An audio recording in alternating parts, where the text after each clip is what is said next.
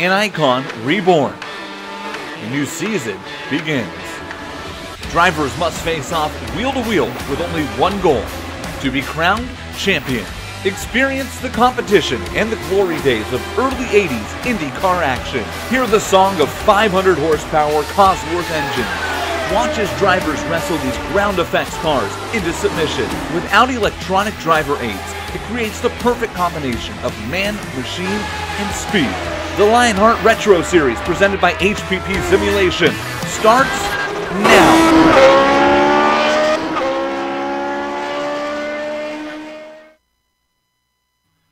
The first race commentator in world history, Zeno of Ilia, remarked about the paradox that Achilles could never pass the tortoise because the quickest runner can never overtake the slowest, since the pursuer must first reach the point whence the pursued had been. Still with me? But the Greek philosopher never took drop races into account.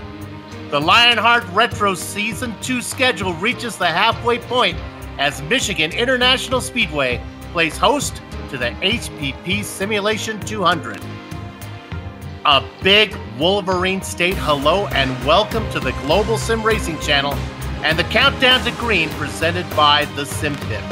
GSRC will bring you all the on-track Lotus 79 retro action live as it happens. But first, as cyberspace flows into your place over these 15 streamy award-worthy minutes, we'll bring you all the storylines, all the stats and facts you'll need to fully appreciate the HPP Simulation 200 that will immediately follow as we count down to green. And here to do all of that is yours truly, Bill Soups On, joined way up at the press box to bring you our Word's Eye View by Adam Young. Our director, as always, the proud graduate of the University of Pitt's Topology, the Malice from Dallas, Amjad Yaman, armed with cameras located, aimed, zoomed, and focused by GSRC's camera guru, Dougie Beard. We touched on it in the opening, but hoping to prove old Zeno of Ilia wrong, rookie Alex Sanders hopes to have Achilles indeed overtake the tortoise when he overtakes current point leader Adam Blocker. If Sanders can't do it this afternoon under a cloud-spotted Michigan sky, because this concludes the first half of the season when drop races are taken into account before round 11, old Zeno, well, he'll be shaking his head in confusion as Sanders should be atop the HPP Drivers' Championship. And Adam, all this paradox-breaking action takes place on the track that was around a decade before these ground effects machines were the baddest cars on the planet. Tell us a little bit about International Raceway at Michigan. Yeah, and sometimes I feel like the surface here still feels like that original surface from the 60s. But hey, folks, before I talk any more about the track, let me remind you that everything during the Countdown to Greens comes courtesy of its sponsor, the Sim Pit, an entertainment channel dedicated to sim racing. Its mission is to bring you news, reviews, and information from around the world about sim racing hardware and software. It also focuses on what it takes to be a better sim racer, with instructional video and how-tos that will help your performance on the virtual track. Check it out at thesimpit.com. All right, so moving on to virtual tracks, we'll talk about Michigan here for today. Of course, I mentioned the track surface. This is still using the old track surface for Michigan International Raceway here today, and well, it gets a little bumpy at times, especially in this Lotus 79 car with these 18-degree bank turns, D-shaped oval, and of course 2 miles in length. Of course, it opened in 1968 and situated on about 1,400 acres of the scenic Irish Hills here in southeastern Michigan, 4 miles south of just the village of Brooklyn, although I guess the post office deems this still to be Brooklyn, Michigan. And of course, nearby Detroit being the home base for most U.S. car manufacturing. And this 18-degree banking has hosted NASCAR. It's hosted IndyCar. It's hosted, well, a lot of different races over the years, and even had a road course in the infield at one time, I believe. So I'm just going off memory on that. I don't actually have that, but I'm pretty sure that's the case. But Soup, you talked a little bit about the point standings. I know things are getting ready to get pretty interesting there. Let's have you talk a little bit more about that. Yeah, let's go ahead and talk about the Retro Series Drivers' Championship presented by HPP Simulations. The lead for Adam Blocker Racing for Adrenaline Motorsports sees his lead shrink. Blocker has 2 wins, but the man chasing him has 5, and that, of course, is Alex Saunders for Nighthawk Motorsports. Now, Raven Motorsports has Dustin Wardlow in third. The Candyman's best finish was second, doing it twice, once at Homestead and then again at Pocono. Wardlow's teammate, Jason Galvin, is the big mover, up 8 spots into 15th, thanks to a 5th place finish last time out at Barber. In contrast to Galvin, Ryan Otis was a no-show last time out, so the Dragonfly Racing driver drops 5 spots into 11th, waiting for those drop races to take effect. Let's go ahead now and look at the team championship brought to you by Clipping That Apex. No movement on the chart. Raven Motorsports won the day last time out with 135 points with a 4-5-6 finish from Dustin Wardlow, Jason Galvin, and Travis Shagerlander. 8-Ball closed the gap to Adrenaline by 12 points, coming home second at Barber. Michael Goodman had a 7th, Ron Hacker 12th, and Justin Weaver chipped in 20th place points. We've talked about Nighthawk Motorsports working their way up at the chart, but despite winning last time, Alex Saunders had no help, so the best his team could do was 6th on the day. Adam, let's go ahead and talk about the new guys. How about the rookie crop? Yeah, you know, Alex Saunders, of course, he's going to be running away with this thing here right now. I mean, the kid's setting the world on fire. And I think that a lot of the race you're going to see here is going to be for second for the rest of the year on the Retro Series Rookie of the Year standings presented by Butt Kicker. And that's second's nothing to be ashamed of. I mean, you got some pretty good names up there, including the friends, Brian Yazik and James Krahula. And I mean, that's nothing to shake at, especially since the fact that Yazik has 4 top 5s here so far this season. And James Krahula, while his best finish has only been 6 at Milwaukee and Watkins Glen, he's been pretty consistent besides that, too. So it's keeping him up there in the standings as well.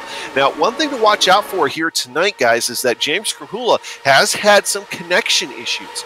So we'll have to see if he's able to get back into the server and if things are going to be going good for him. So that'll be something we'll be keeping an eye on. And, of course, Scott Johnson will be somebody else that we want to mention, too. He did fall to 4th in the standings, down 1 spot. And that's been the biggest move out of the top 5 in the rookie standings. Nevertheless, Scott Johnson having a great season. 7th overall on the charts. And you know what? What's interesting, there are 5 rookies inside the top 10 in the point standings. So that's pretty impressive. Freshman crop coming in there. You know, Lionheart sanctions both the Retro Series and this big sister series here, the IndyCar Series. We're going to see them Sunday for their Indy 500. You want to check that out. Both campaigns honors the memory of the original Lionheart, Dan Weldon. Let's go ahead and take a look at the Retro Series details that's going to be going on tonight, Adam. Yeah, of course, we're in the 2nd season of the Retro Series. Of course, the 2017 campaign last year was just a fantastic season, shaping up for 2018. Of course, here now halfway through to be just as good. I mean, the stretch run of this thing is just going to be amazing. So keep staying tuned here to GSRC. Of course, during the races this season, they do get 2 drops, hence the 2 raindrops right there. We are running the Lotus 79 here. Now, these guys are running some custom fixed setups. Everybody's running the same setup, but they are made for this track. And of course, the cash and prizes here for this season actually up to about $4,391. I mean, there's some pedals on the line. There's a lot of good stuff on the line, of course, that we want to talk about, which we'll get to as the broadcast goes along. You can see, I talked about it earlier, that kind of cloud-spotted sky here in Michigan. Let's go ahead, Adam. What's the weather like for these guys today? Well, you know, it looks pretty decent out there. 85 degrees. Track temperature, of course, on that black asphalt, 111. Wind's not going to be an issue out of the north at 2 miles an hour. Humidity also not an issue for today at 55%. So these cars will be getting pretty close to full power. And practice is still going on. I know you did a couple laps out there in the 79. From looking at it just from the grandstands here, the cars look pretty planted. Is that how it is out on the track? It feels like it. If they feel phenomenal out there. And one of the things that we're going to see here tonight is a lot of, I think, honestly, four-wide racing, especially when we get down to the nitty-gritty of this thing toward the end of this race. I mean, we're going to be going 100 laps here today. I mean, that's going to be 200 miles. And I think in the last 25 miles of this thing, you're going to see some crazy racing. And track's nice and wide. I mean, it's something you're used to seeing, and the setup's allowing for that. I mean, it's very good streamlining. The one thing I did notice a little bit of aero wash. I mean, it's not like it's a full-blown IndyCar and how the IR18 is the aero wash, but definitely a little bit of aero wash even in these Lotus 79 cars. Just riding on board the Lock Precision camera here with Adam Blocker, we'll get an idea of just how fast he's going to go on his lap. But Soup, I mean, these cars, they're racy. They're going to be really racy tonight, real fast. Probably one of the more technical sections might be pit exit, where you have to keep it below that yellow line all the way around till you find that blue cone that is way on the other side of turn 2.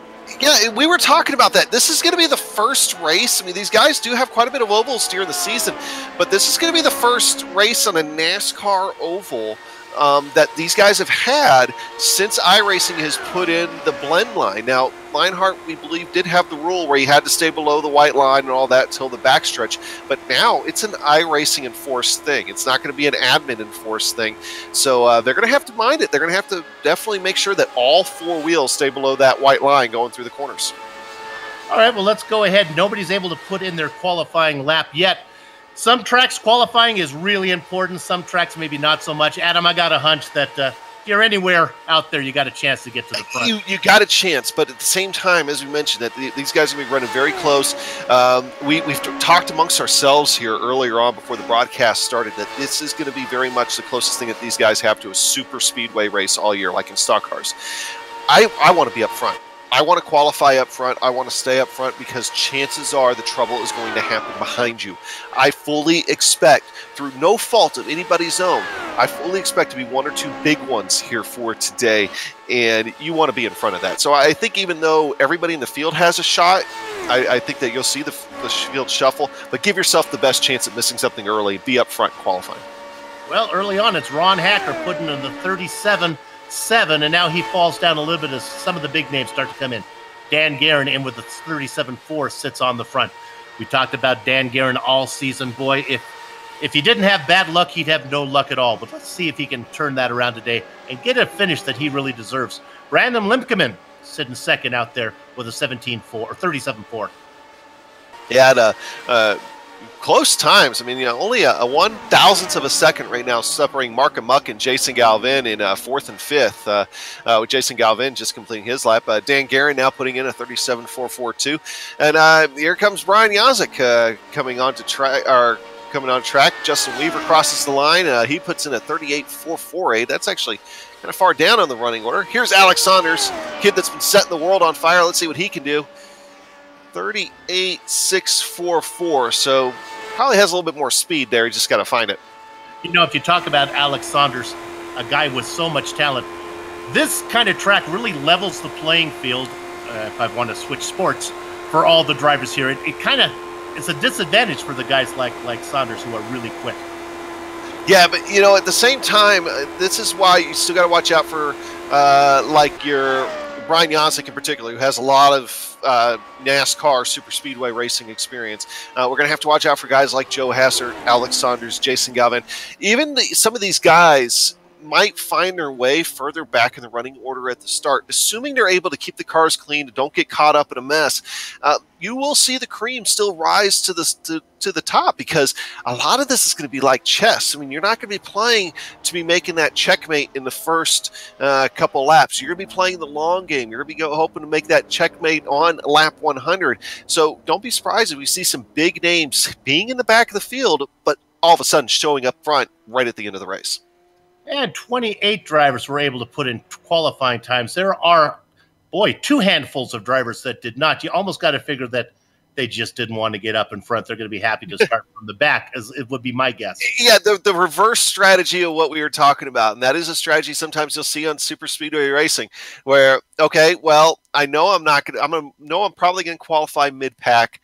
Let me just be in the back. Let me have a few of the wrecks happen in front of me.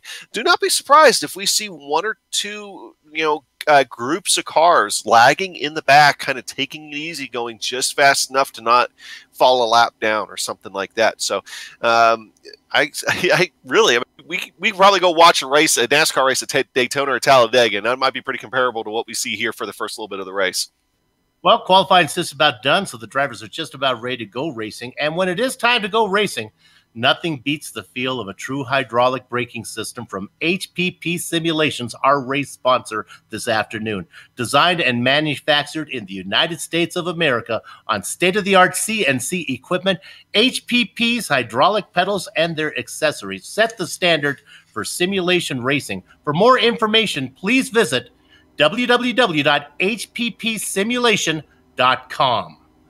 And now let's go to the HPP starting grid. We have plenty of time, so we'll take them two at a time. Sitting on the front row, well, it is indeed going to be Dan Guerin inside of Brandon Lincoln. Yeah, Big Joe Hasser is going to be starting on the inside of row 2. Alongside him, your guy that's second in the rookie standings right now, Brian Yazik, hoping to make some good ground on James Krahula here today. Row 3 filled up by Michael Goodman and Justin Weaver. Alex Saunders, guy that's chasing that point lead alongside him, is going to be Mark Amok. Our big mover in the standings this week, Jason Galvin, sitting in 9th. He's going to be inside of Tyler Groff. And then in the inside of row 6, you will find George Anzaldo, series organizer, and alongside him will be Brian Beard. George Anzaldo, one of the many drivers celebrating their 25th race today. Adam Blocker and Andrew Kinsella make up the next row.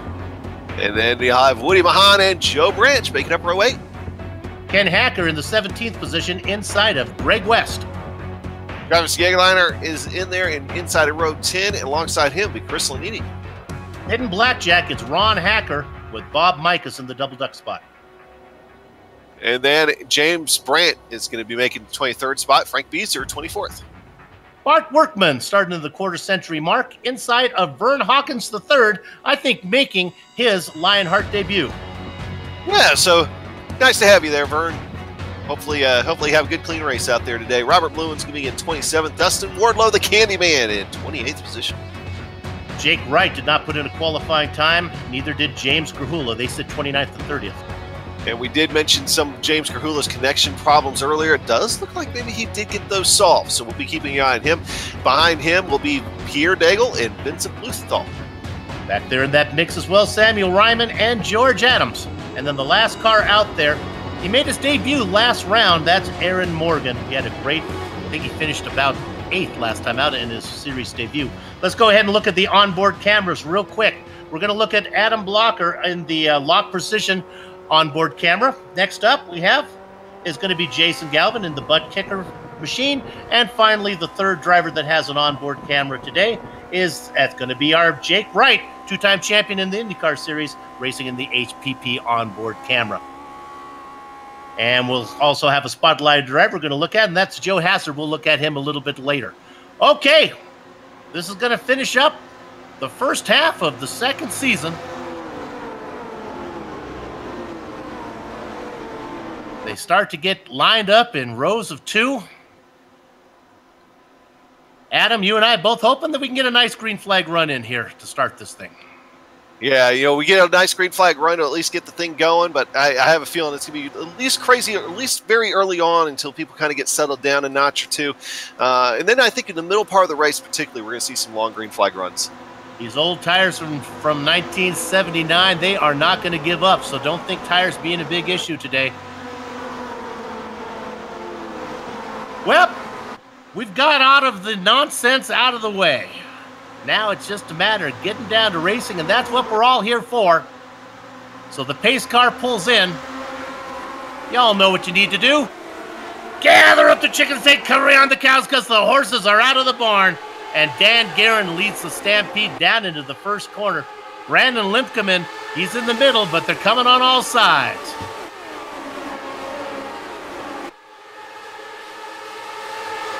They head out of 2. So far, so good. We are clean. You can see them start to bunch up now. You can really see the effect that draft has on these machines. I mean, these Lotus 79s poke a decent enough size hole in the air that drafting obviously going to be a very big role here for today. But, I mean, don't be looking for a lot of these guys to hang on to the lead for more than a lap or two. You can already see Yazik trying to come up on the outside here, Dan Guerin. Yazik in that fluorescent blue machine. The familiar HPP simulation car. He could not get around Guerin. Guerin gets credit for leading the first lap. All Dandy Dan needs is 99 more of those, and he'll pick up his first win this season. Limpkeman, Big Joe Hazard, and Justin Weaver, your top 5, but they continue to race almost in a 2x2 formation.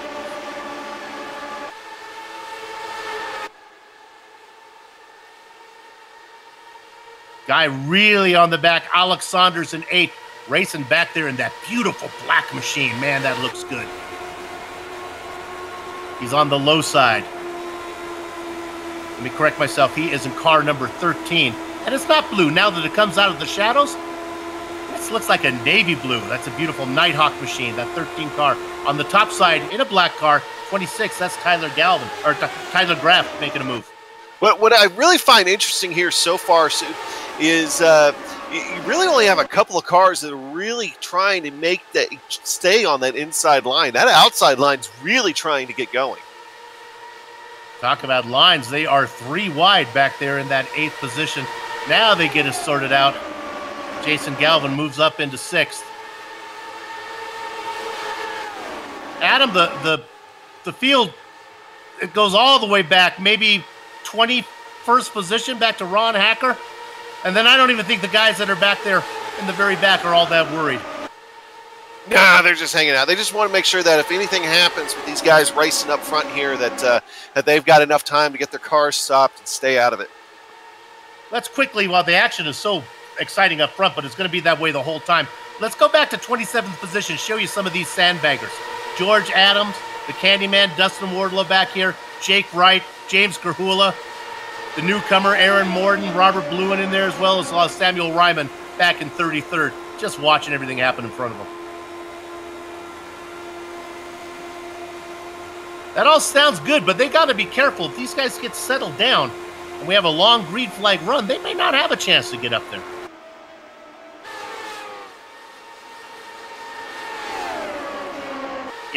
Guerin comes across again. He leads one more lap. They start working lap 6.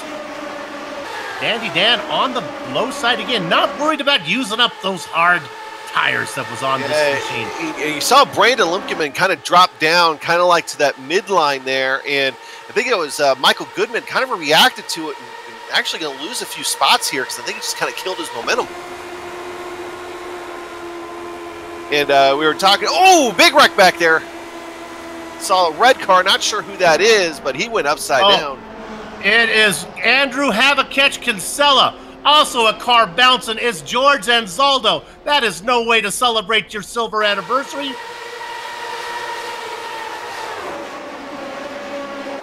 It started. And I'll be honest with you, Soup, I did that exact same thing practicing earlier. You hit the wall right there, really breaks the car loose because of those big rear tires, and that's exactly what happened. And George Anzaldo is just kind of a victim there. He had nowhere to go. We'll have a couple good looks at this one. A fun one might be on board from Frank Beezer if we get a chance. You can see that Anzaldo was clear. He was just going by. And then that is Beezer going under one of the bouncing cars. Lucky Frank's not a little taller than he was. We're going to go on board with Frank now. And, of course, Big Head Press. We talked about that. That is a cool company that has, like, whoa! Woo-hoo! Not sure how lucky his head wasn't any bigger than it was, or he might not have been with us. We're back live. BigHeadPress.com. Looks like a fun company. A lot of good, like, comic books and that kind of stuff there. Good stuff. Pit stops, Adam? Do we do it or probably not? I think you might see a few guys, maybe, because that's the other thing that Michigan can be kind of known for is fuel mileage races. So maybe not a bad idea to be a little bit off strategy at times. And I think you see, I think that's a good, solid, quarter of the field coming down here, and including, I think that was Alex Saunders that I saw just a second ago. Absolutely. Some Justin Weaver in there. In fact, Weaver's going to be first out, I think. Yep.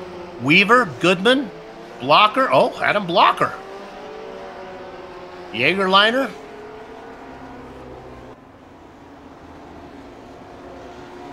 So, 18 cars decide to stay out, the last one being Jake Wright. Well, Jake's planned to hang in the back. That's not going to work right now because he's going to be smack dab in the middle of it. Dan Guerin, Brian Yasek, Brandon Limkeman, your leaders.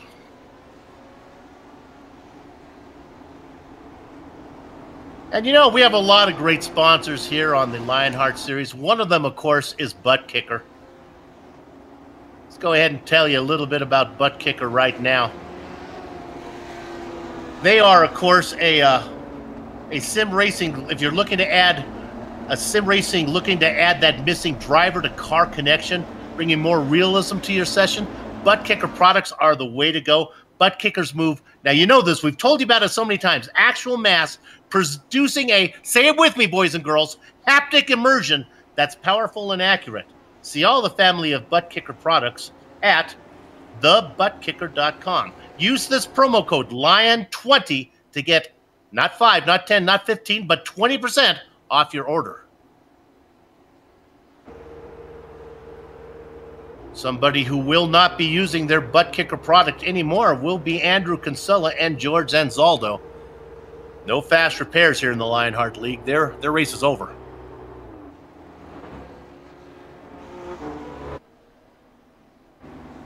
Poor George celebrating his 25th race today. But he's not alone. We were on board with Frank Beezer. He saw him duck there. He's on his 25th race as well. Not sure I remember Bob Mikas being with us here today. Is he postponing that race? I don't think Bob's out here with us. Double check. Nope. But another driver on their 25th race. How about Jake Wright? So congratulations to all of them on their silver anniversary. Lights are out. Time to go racing.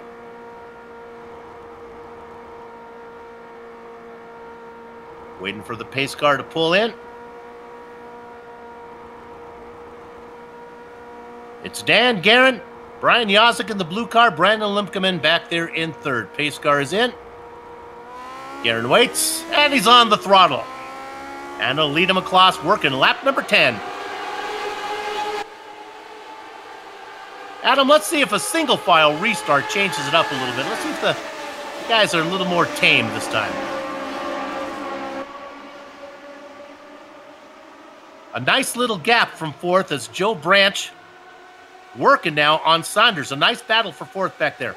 Joe Branch on the inside in that dark blue Nighthawk machine, one of my favorite paintings. Sitting up on the top side is Alex Saunders. Up front, Guerin fending off Yazik. They're coming right at you. They race in 2-1-2 zone formation. The man playing the center spot, that's Brandon Limkeman. Those five drivers start to pull away. Jason Galvin back in sixth. You can see him right on your screen coming in right there. Side by side on the top side, that's Woody Mahan. Woody Mahan out there racing and clipping that Apex machine, car number 12. Joe Branch, Brian Beard, Ken Hacker. Round out your top 10. All those drivers failed to pit. You want to know about the driver who did pit, Michael Goodman? He leads them all, but he's in no hurry to get anywhere. Back there in 20th position. Just kind of doing a waltz with Adam Blocker. Those guys. Oh, Hacker has had trouble. He drifted up into Bob Mikas. Bob Mikas is indeed here. Racing in the John Players machine. Mikas seems to be the best. Hacker seems to be worse for the wear. Look at Hacker.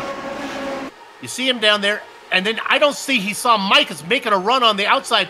The spotter just didn't tell him he was there, and then he doesn't. And Olga Corbett, not sure anybody got to him. We'll look at this one from the top. Clearly, the spotter didn't tell him that Bob was coming.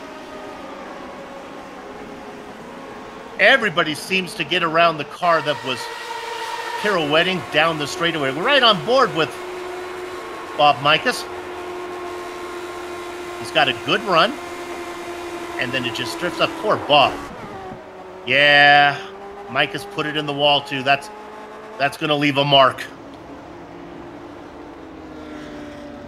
We are back live now. We'll see if we have any takers for pits this time. It has only been about 5 laps since we had the cars in last time. About 4 laps under green. Let's see if Dandy Dan Guerin decides to come in. He's working lap 13. You start to do the math back. Can you get there with 2 more stops from here? Nope. And pretty much all those guys who decided to stay out the first time, they liked what they were doing. First guy to come in, no surprise, it's Bob Mikas. He's in for repairs. And since none of the front cars came in, what we'll do right now, give us an opportunity. Let's go to break. We'll be back shortly. You're watching the Global SimRacing Channel.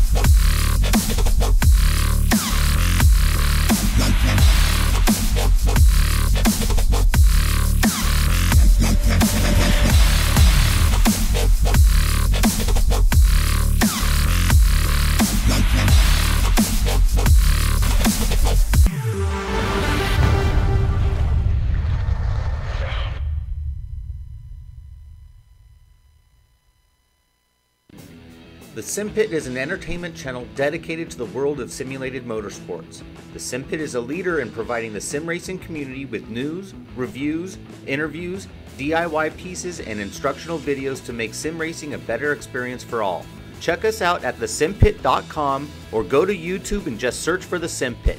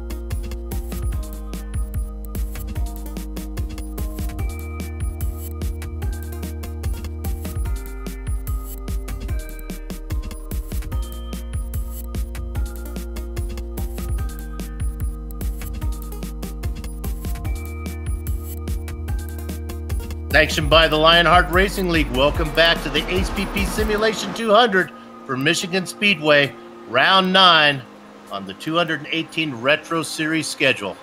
We're under yellow, but we're about to go green as the pace car peels off, and it has been the man all race long, Dandy Dan Guerin, leading the field across. He's going to be working lap 16. He's being chased by Brian Yazik in that blue HPP machine, and Big Joe Hassard racing in third.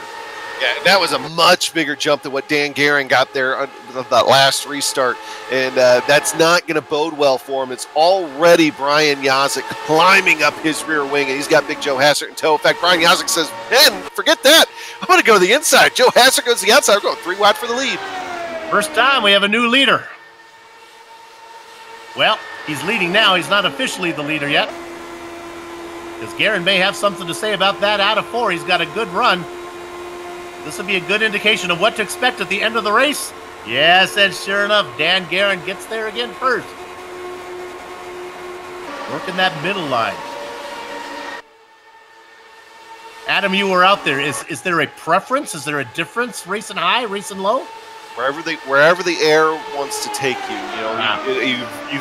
you've got to feel that air and really try to use it to your advantage. I mean, obviously, you almost want to be on the inside, but I think there would be such a thing. Like, we know that these tires in these cars can be almost kind of rock hard in a lot of ways, but even running the inside here, when you're talking 190 to 200 miles an hour, it's gonna heat up those tires if you're not careful. One more time, it was Guerin by 3/1000ths of a second. Again, I think we're getting Look at this run that Joe Hazard has here. Yeah, of what we're going to see at the end of this race. It may not be these two names, but man, oh man. Look at the Arctic Cat. That's Joe Hazard in third. He had a really good run there, and I think he backed off. Now, if that had been like, maybe 10 laps to go, he might have forced the issue a little bit more there, but he's realizing what stage of the race this is in, and no need to take that corner 3 wide right there. Well, watch him come across the line again. Oh, this time it was not nearly as close. Only a 100th of a second difference between those two. Only 100th of a second. 16 cars are still running the no-stop strategy. The last one being Jake Wright. Michael Goodman, Chris Lanini, the guys back there in 17th and 18th of the guys that will be leading here when the front 16 have to come in. Now, here's what I'm a little bit concerned about here, Soup, is particularly in turn 3. Joe Hazard here might try to take this 3 wide, might make this a moot point. Let's stay on this here real quick. Dan Guerin's going to break out through the middle and get in front of both of them to take Joe Hazard with him. Okay, never mind about the point I was going to make. It doesn't matter anymore. Well, boy, Yazek really got loose and got off the throttle, lost a lot of momentum on the inside line, dropped back to 4th. And now they're all there right now. Guerin on the inside of Big Joe Hazard.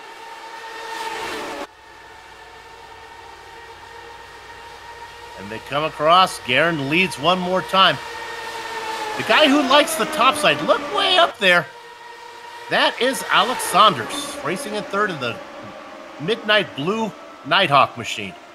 And he's got Jason Galvin right in line with him, too. So I'd be looking for those guys to probably try to make a move here together if they make one. And don't forget, we got Woody Mahan back there, too, and Joe Branch also. I mean, you got a pretty good little front group right here. And, of course, mention those guys. Got to mention Brandon Limpcom in there, too. So we got a nice little 8-car lead pack right now.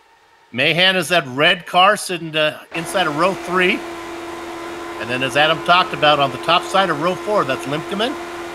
And then Joe Branch. So 8 cars. Then it's about 1.3 seconds to another 6-car pack. West, Beard, Backer. Alex Saunders had to get out of the gas, whether it got loose or something else, or reacted to something. It really jammed them up. And now Jason Galvin's going to go from the top side to the bottom side. Look at trying to go 3 wide for the lead, but loses his momentum. And I think in the process, Yazek actually lost a little bit of momentum as well. So once again, this lap's going to be by Dan Guerin, kind of proving me wrong a little bit, thinking that we might see a light lead change almost every lap, but he's been able to hang tough. He has been. He is determined. Well, I think with the luck he has had all season, he says I probably will have the least bad luck if I'm out in front. And again, that 8-car train, about a second and a half ahead about the 7-car train behind him. Let me get through these guys real quick. It is Beard, West, Hacker, Brandt, Beezer, and Graf. Go ahead, Adam. And I was going to say, I wonder that next pack, actually looks like they've been gaining a little bit on this lead back here the last little bit. So, and they're running a little bit more nose to tail. I mean, you see them get a little racy at times, but it makes me wonder if this lead pack were to get nose to tail, could they run away from them and just have the race to themselves? But I don't see that happening right now. I think they're having a little bit too much fun out there. To be honest, while it's just as close in the second pack and even the third pack of cars we'll talk about in a minute, they are much more well-behaved than what's going on up front. I think those guys back there in racing in 13th and so are happy where they are. The guys up front seem to be really working right now, although nobody can seem to get around Dan Guerin. Yeah, everybody's trying, but nobody's been able to succeed so far. I mean, Yazek's taking a shot at him. Galvin's taking a shot at him. Hazard's taking a shot at him. But so far, Dan Guerin on top. And you were right. I mean, Dan has had such bad luck since coming back to the series and everything else here for this season that he's got to have something good go his way. And so far, it's looking like it's looking pretty good. At least he's getting some laps led. So we switch over to the butt kicker onboard camera here, riding on board Jason Galvin now, taking over second place. He'll try to sniff some of that air off Dan Gary, get a good run down here the front stretch. Will he get him to the line? I think that was close again there, Soup. Well, butt kicker is a fine product. Galvin hoping that he doesn't get his money's worth out of it right now. All it would have taken was a little kick in the butt. He could have overcame that bad 1/100th of a second. He's got a good run on the backstretch here now, though. He's even nosed ahead of him just a touch going into 3. That inside line will carry him, but we'll see what the momentum on the higher line here might do for Jason Galvin. Oh, my goodness. Oh, he's going to cut. Oh, he thought about cutting down to the bottom. Don't look now. Here comes Woody Mahan here. One mistake, and we're going to lose a lot of good drivers up here. A little bit of blinking going on from the driver in third. That was Woody Mahan. And that clipping that Apex machine, the red car. Now a good run from Galvin. Adam, I kind of get a feeling it's kind of the shortest distance is the way to go here. It's just, at least right now, it really might change. I mean, I know we've talked about these tires being super tires and everything else, but I've really got to think at 200 miles an hour here that get a little bit deeper into the run, that it might heat up that right rear just touches. Now, Woody Mahan here is going to go ahead and do his best to try to do a little bit of damage, but just like the rest of them, not able to do much. But I really think that middle line might come play more of a role as the race goes along. I would not be surprised to see some people take some tires here at the halfway mark in this race. I just wouldn't be. I mean, I think it might actually happen today. We can't stay on the front 8 the whole time, so if they'll behave, let's roll the dice. Let's go back to 16th position and talk about this guy. He's a new guy. Vern Hawkins III. Right now, he's in a battle. He's really working with Michael Goodman. Oh, my goodness. And that dark blue machine is Adam Blocker. We talked about it being well-behaved back there. Uh-oh, and we left it. Guerin is out of trouble. Oh. He got into it. It looks like Mahan avoided the incident. Alex Saunders did not. Alex Saunders has some damage. Trying to... Dan Guerin, though, let's see what happened here. He got into it with... Locked wheels? Got into it with Mahan, yeah, I think. He doesn't look horrible. Oh, he drifts up. He does drift up into Mahan, though.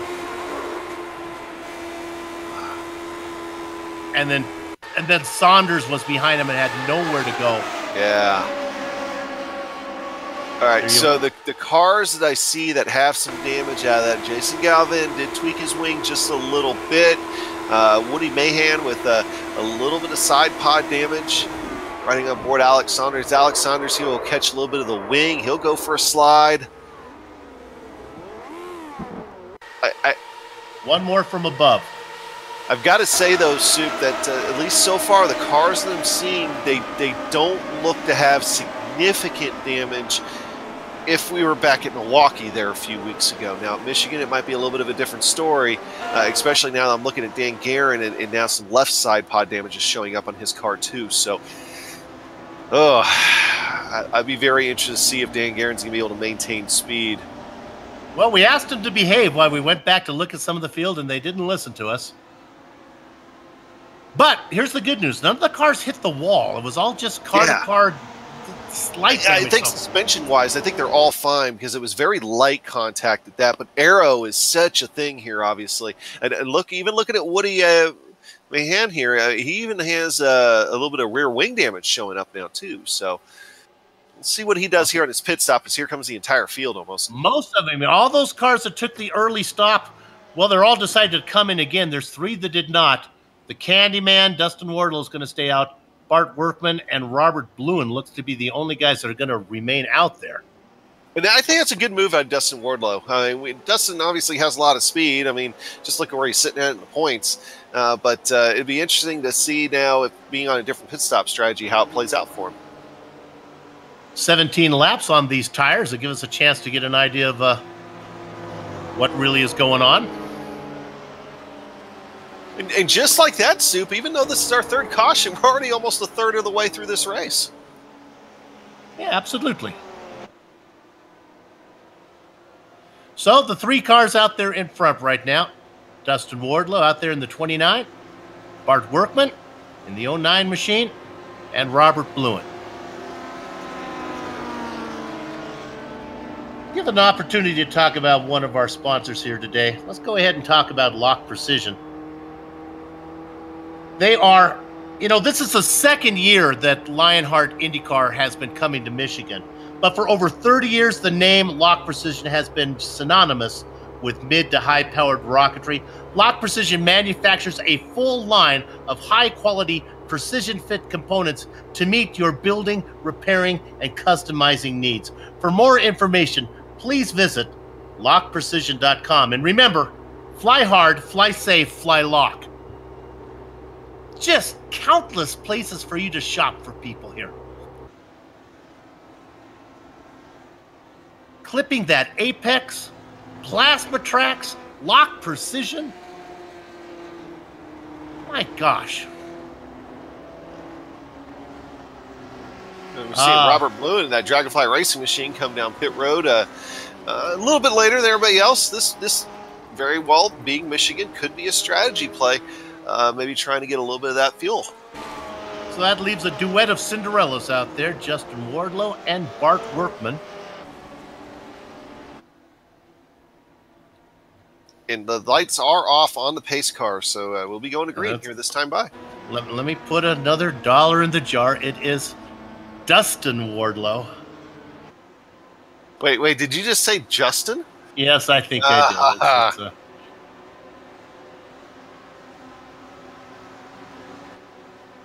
Dustin out there in the Doors Candy Machine since 1909. Another great sponsor here at the Lionheart.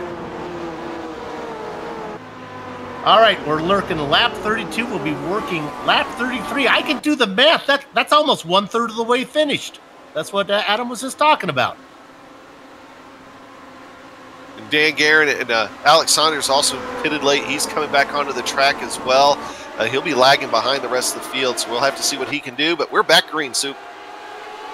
It is Dustin Wardlow, Bart Workman, Brian Yazek, the first car out there on fresh tires. We'll see how that works. We talked about the bad luck that Dan Guerin has had. It strikes him again. Look at the blue car, I think. Oh, we're going to run this still camera. There you can see the HPP machine. I don't know. They say tires don't matter, but boy, he sure looked confident there as Brian Yazek gets a twofer.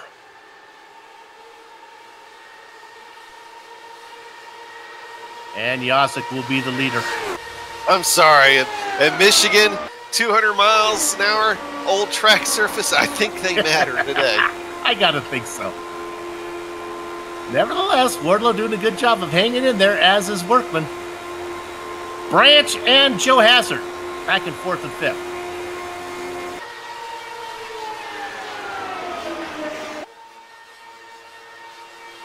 We like to talk about hard chargers. It's kind of easy. It's Wardlow and Workman up 26 and 22 positions respectively.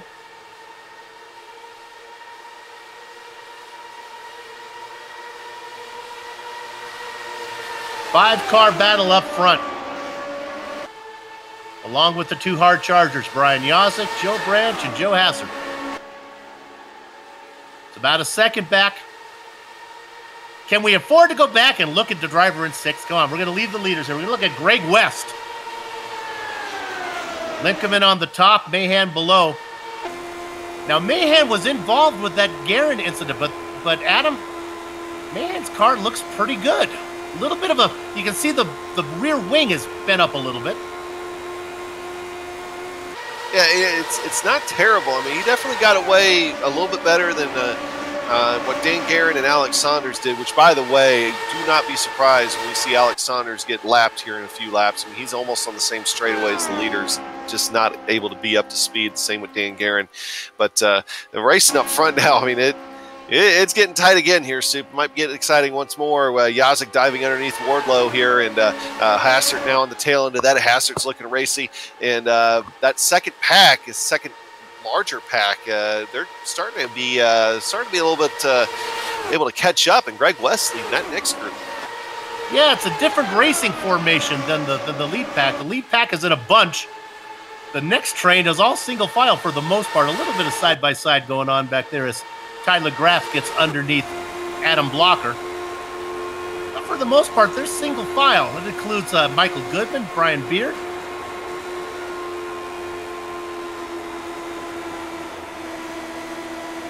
Everybody on the same pit strategy except for Dustin Wardlow and Bart Workman racing second and third right now. And let's give the Candyman credit for leading that lap. By 4/1000ths of a second. I got a hunch that I'm going to be saying he wins the race by some percentage of 1,000ths.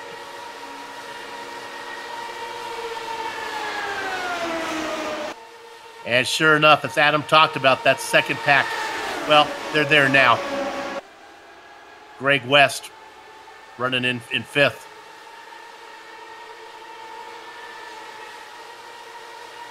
So now the lead pack goes all the way back to 13th.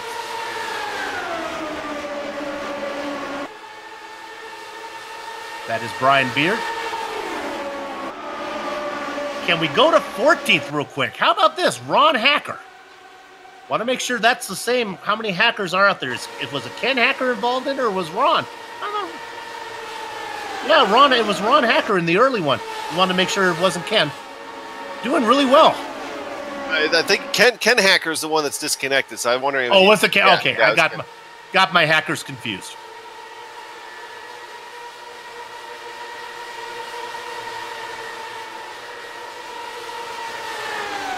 See, you know, we were talking about earlier on about the second pack. If they just run nose to tail, well, you just saw what a pack can do if they run nose to tail, and now you go from being a 4-car battle for the lead to now going all the way back to what is that 13th position back there, and finally that second pack led by Ron Hacker is starting to catch wind too and starting to run a little bit faster. And here's bad news. Dan Guerin has brought it down into the pits. Apparently he thinks the car, I'm going to guess, just not drivable. Yeah, I think he's just not up to speed. And you're getting ready to see how much he wasn't up to speed because Alex Saunders was going the same speed that he was, and Alex Saunders is going to get passed by the leaders here probably this lap, which will also be interesting because you got some guys back there running 3 wide. Are we going to have enough room here for Alex Saunders to get lapped? Well, we talked about it. This is the kind of track where it doesn't play into Saunders.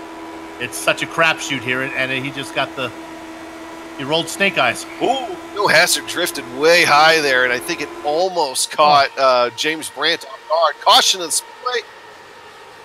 George Adams, and also the spinning car. It looked like, from this looking at it, it looked like, no, it is Frank Beezer. Also involved, James Krahula.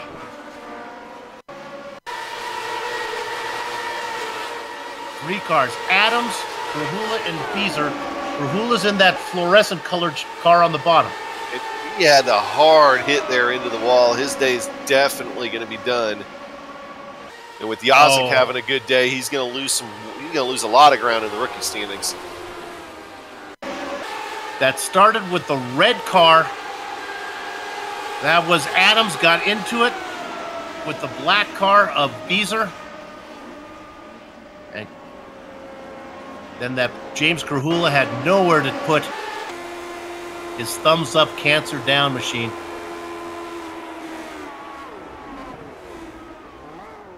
The JMK Supply.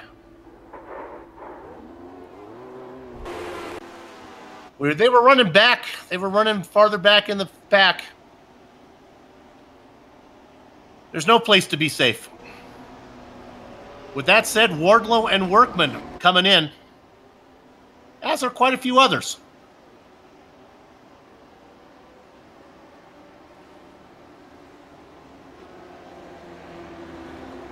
Looks like about 11 cars going to stay out.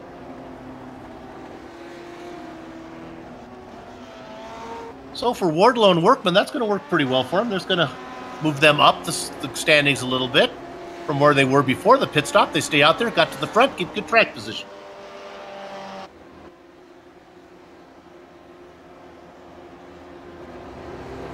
You know, and of course, one guy that wished that would have happened about 10 seconds earlier is Alex Saunders, so he could have had another yellow to come down and maybe work on that car a little bit more, but I don't think that's going to be in the offing for him for today. So no 5th win of the season for Alex Saunders here this afternoon. I think we can pretty much guarantee that. Well, while we're under caution here, shall we take a second to look at the see how our profile driver is doing today? He's currently sitting in 6th position. And that, of course, is going to be Big Joe Hazard out there in that Arctic Cat machine. No, it's not. Oh, no. I have the right one. It was the director. Now we got it. There we look at it. There's Big Joe. I heard wrong one. I always feel it's I was just trying to figure out what track the Lotus 79 was on there for a second. There you can see some of his career stats going on. But I have a few more stats because I've done the research, because we're professionals here and we go the extra mile when you hire GSRC. How about this? Yeah, he's got 20 starts. He is 2nd in all-time starts, but only 6th in laps completed. And his last season, his win, well, that came in my part of the world here in Fontana. He won at Auto Club Speedway.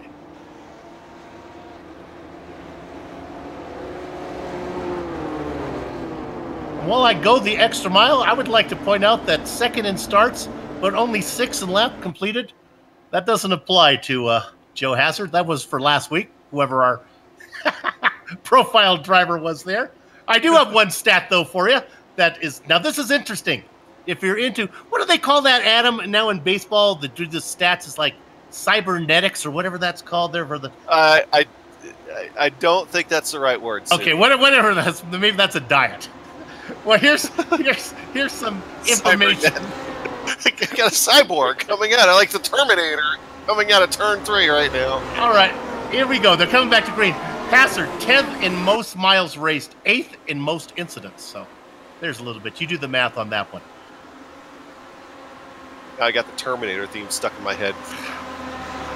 All right, let's get back to it here. You know, it's Billy Ball, whatever that's called there. I can't remember what the term is, though. Okay. Right now, Brian Yosick, though, he doesn't care what you call it. Just call me the leader. Brian Yosick, first across the line, working lap 45. Brandon Limpkeman, Woody Mayhem. Why are they out there? Well, the top 14 drivers did not pit. You looking for somebody who did pit? It is the Candyman, Dustin Wardlow. Back in 15th position. That strategy is going to work out for him.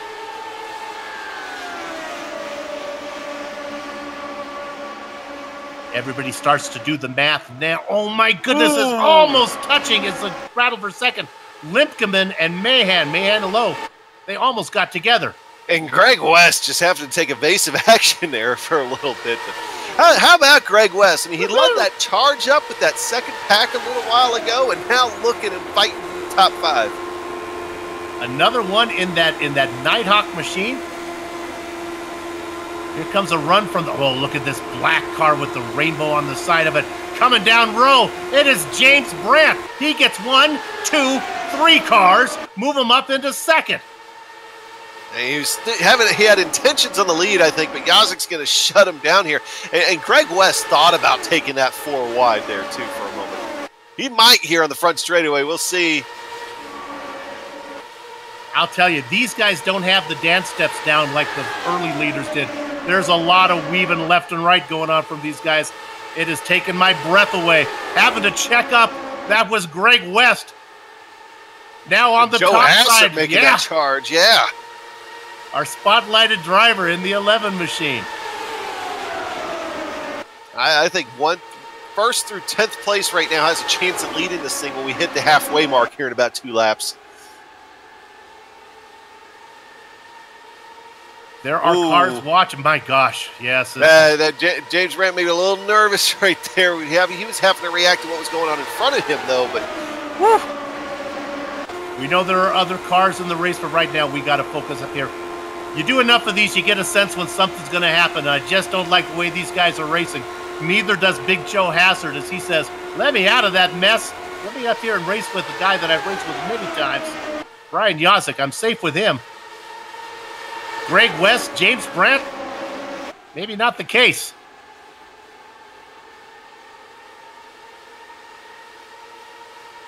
Tyler Graff back in ninth in that black machine, looking up at all the nonsense going up ahead of him. 2 by 2 by 2 up front, and then they're so close. That was probably not more than a half inch between Joe Hassard's left front and Brian Yosick's right rear. Oh, and here comes Greg West. Greg West, we go 3 wide for the lead here. Greg West diving to the bottom. Is he able to clear? He's almost able to clear, but he drifts up almost. Brian Yosick reacts. That move is going to cost Greg West probably 2, if not 3 or 4 positions here.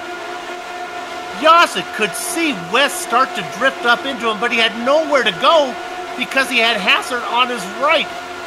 What a great job of driving from Yosick, as he gave just enough room. And already, Soup, one thing I'm noticing, Yosick is not going down to that yellow line like we were seeing those guys do early on in the race. He is driving right now a half lane to a full lane up now. And I think that might be the trend, just like I thought it would be as the race goes along. We don't have to go there, but in 14th, it's Michael Goodman, the leader of all the cars who made that last pit stop. We'll keep an eye on him.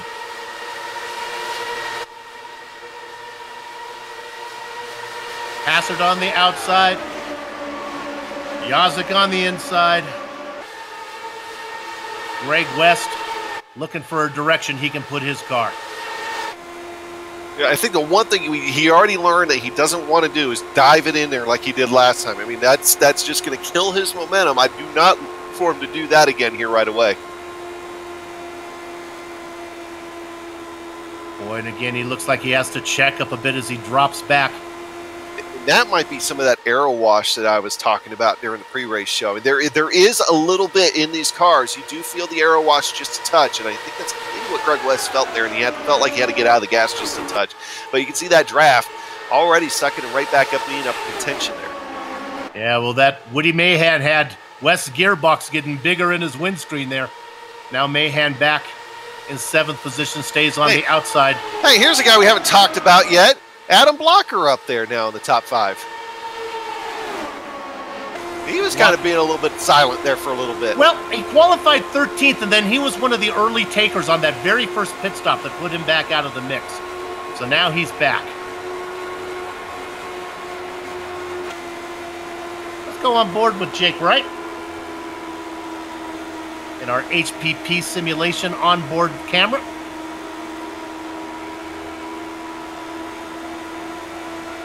I've talked to Jake in the interviews. He was so dominant when we were racing the DW18s. Just not the same driver here in these Lotus 79s.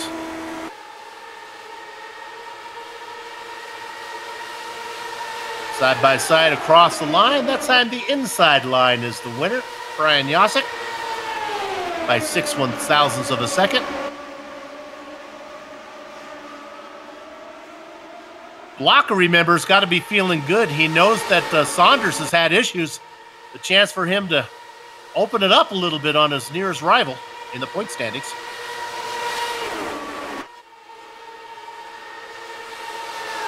You got guys big picture racing, and then you got guys like Greg West enjoying some screen time here on GSRC, that beautiful 36 Nighthawk machine.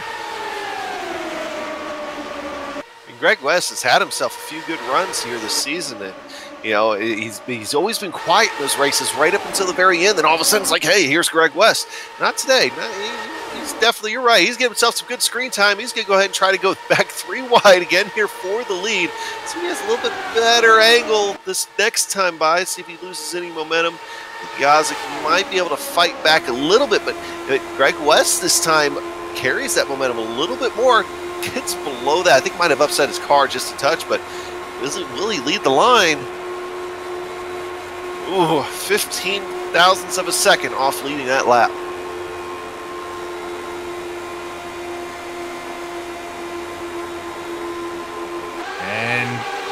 Hazard on the outside, nowhere to go. She's kind of boxed in the third. Look at this. We watched from above. This is a great camera shot. You can really see the cars weaving left and right. Big wreck back there. They're about 4 or 5 cars back. I think 4 or 5 cars involved. A couple upside down. Looks like it may have started up with Woody Mahan. Yeah. Yeah, I think Limpkeman actually gets loose in front of Mahan, and then all heck breaks loose. Oh, once again, Limpkeman just catches that wall with his right rear, and oh, that was just chaos right there after that. That was Tyler Graff that went for the whale of a ride. Yep. And then Mahan, those guys spin. We're going to go on board with Jake Wright. Tyler Groff got involved in it. Oh, man, you go on board Jake Wright here. You're getting ready to get a much bigger picture of Tyler Graff than what you wanted to have. Another fun one, if we have time, if we can go on board maybe with Michael Goodman. This is a little bit of Moses racing right here. Watch this one. Sees it all happen in front of him, and then they just split out of the way, and right through he goes. Well, we have some takers, but it's not Greg West and it's not Brian Yazik, but everybody behind them wants to come in. We talked about Michael Goodman there after his trip on the seabed of the Red Sea. He's going to stay out, go up into third.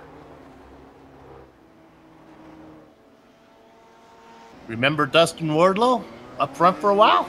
He's going to stay out as well in fourth. Looks like 8 drivers are going to stay out. And with the pit stops done, let's give us an opportunity to take another break. Don't go far. You're watching the Global SimRacing Channel.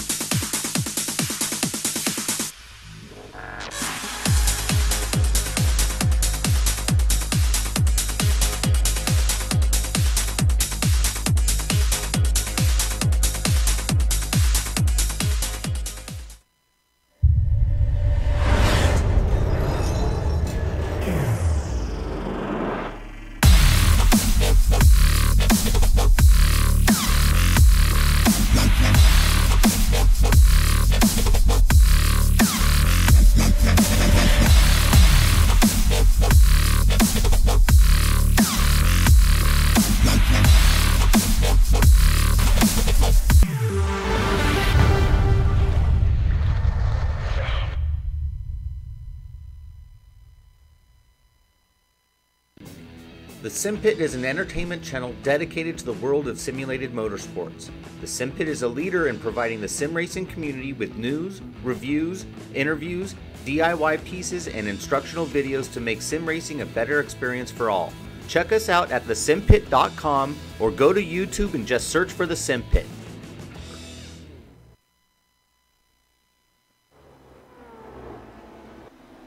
Sanctioned by the Lionheart Racing League, you're watching the Global SimRacing Channel's coverage of the Lionheart Retro Series, round number 9 here from Michigan. You know, my favorite painting, I believe it is Edward Hopper.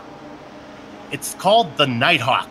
If you don't know it, check it out. Get yourself a print, hang it in your house. It's a cool painting. And right now, Nighthawk Racing is out in front, and the artist behind the wheel is Greg West. Yes, he's been out there for a while. Him and Brian Yazik have been out there for 28 laps. That's about 12 more than anybody else. But they're out in front, and Greg West takes them to the green, and he gets a great jump. Oh, you go a couple cars back from them, though, going back to where, like, Joe Hassard is. I mean, they got racing right when that green flag dropped, almost knocking wheels between him and Vern Hawkins. Vern Hawkins is his first race with the Lionheart Retro Series here in the top 5. It's not Vern Hawkins, it's Vern Hawkins the third. Grandpa and Dad proud right now. Yazik already making his way to the lead here, trying to get around Greg West, and he does. Greg West already trying to come back on him here, coming to the line. Okay, so all you little soldiers at home in Soup's clipboard army, here's what you need to know. West and Yazik, they race up there, but they have been out for 30 laps. Then there are about 6 other drivers that have been out there for about 20 laps. Goodman, Wardlow. Another one of those drivers, Hacker, is in that mix. Lanini. We talked about Vern Hawkins the third. Well, he's out there for 30 laps as well, so he's going to be making a stop. So if you mark that down, who do you really want to watch out for? Big Joe Hassard. He's the guy who's made the most recent pit stop, only 4 laps ago. He's sitting there in 5th position. And we know Big Joe Hassard has a strong enough car to contend for the win, even if he was on the same pit strategy as the rest of these guys. So I think it's going to be a fun race here. You know, if they can go green the rest of the way, which, woo, that gets close back there. Was he in the wall? Did he actually get in the wall? Well, boy, he sure did slow down quick. We're going to go on board and take a listen and see if those right sides get up into the concrete.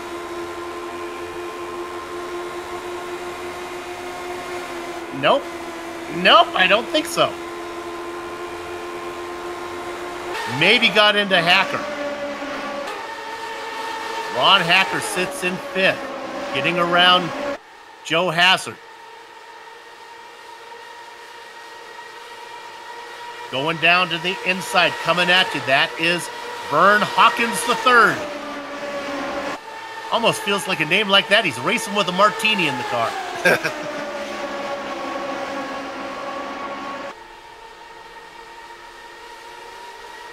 All this going behind the 2 guys that are side by side, Greg West and Brian Yazik. Goodman and Wardlow. Now, I don't mean to downplay what Yazik and West are doing, but they've got to come in before anybody else. And Vern Hawkins really slowed down there for a moment. It kind of bunched everybody back up there. That car that you might have seen on the apron, that was Justin Weaver coming back on the track, getting up to speed. He might be just trying to go around a few times, maybe try to get a few spots. My gut tells me that's really where the excitement is going to be as we look at the guys up front. Yazik and West going at it right now. Oh my goodness. They got so close together. I can guarantee you right now that Yazik is grinning from ear to ear. He loves this stuff.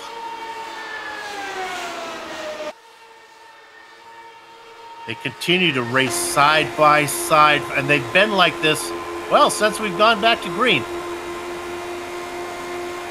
Looks like a little bit of momentum at him from the top. And sure enough, it got West there first by 2 1/1000ths of a second.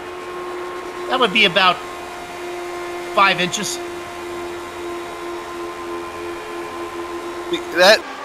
That is so, right along the lines of what I was thinking. I really think that middle line is going to be the way to go close to the end of this race, and we're really starting to see that.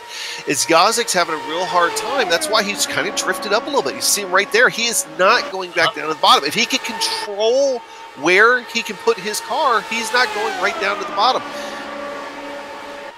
Ooh, Greg West, I think, edged him out that time by no 1/1000ths of a second. Yeah. Okay. So iRacing actually goes another like 3 decimal places over to the right, but it'll only show you over up to 1,000. So we know that was maybe a 10,000th or a millionth or something like that.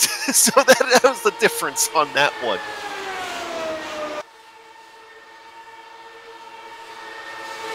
Four cars up in front. Goodman, sits back there along with Dustin Wardlow, just watching what's going on.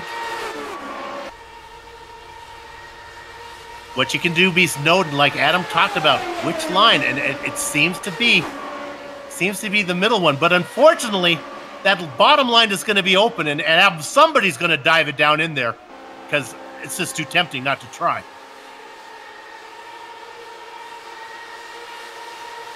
Back in 5th position, Ron Hacker. Going underneath, you've seen it before. That's our spotlighted driver. That's the Arctic Cat, Big Joe Hassard. How about the newcomer Aaron Morgan in 7th in that white machine? Oh, getting up in the wall. That was Adam Blocker. I thought it looked like the wall. We're going to go on board. From my angle, it sure felt like wall. Let's see. Coming out of 4. And... oh, I think that was wall. I didn't see the suspension move at all, so you might be okay.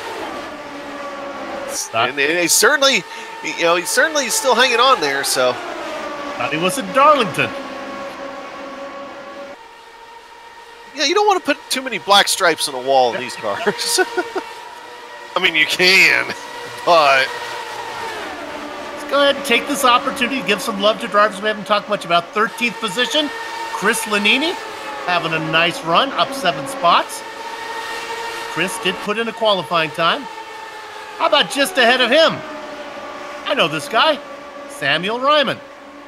He just got done doing a stock car race here, the Ad Pro series on Global SimRacing Channel. Got out of the broadcast booth, jumped behind the wheel, having a good run in 12th.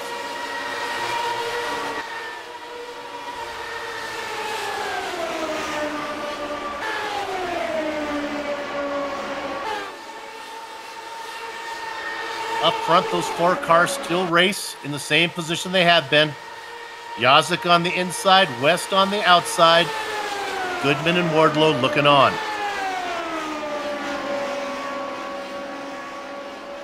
Wardlow about 3 seconds back to the next pack, Big Joe Hassard.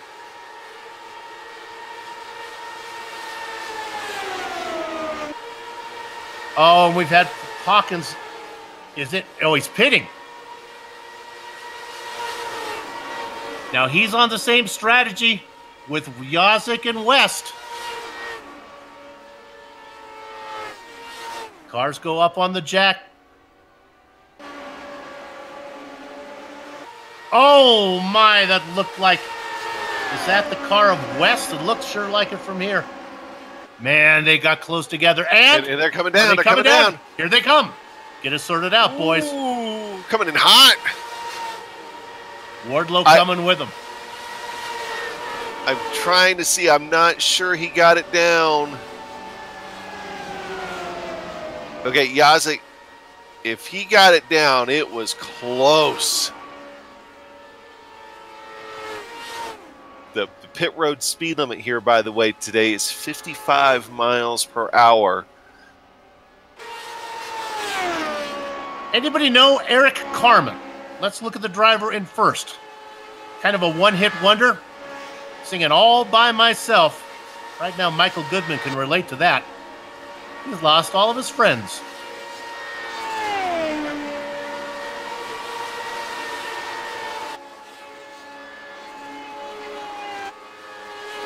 And, with him running kind of solo out there right now, that next pack, if they can stay together, they'll just swallow him up before too long. And speaking of that next pack, Joe Hassard trying to make a move to try to take over the lead of that pack, but Ron Hacker hanging in there, even with a little bit of a tweaked rear wing, is able to hang in there right now. Vern Hawkins making a move on the outside. Causes him to lose momentum. In fact, loses a lot of momentum, and I believe that was the car of, just trying to see who it was, Aaron Morgan had to take evasive action there for a second. Jake Wright coming in for a stop. Again, you guys at home in the Clipboard Army, remember Michael Goodman and Ron Hacker, they've been out there for 33 laps. They're going to be coming in next. Everybody else is going to stay out for a while.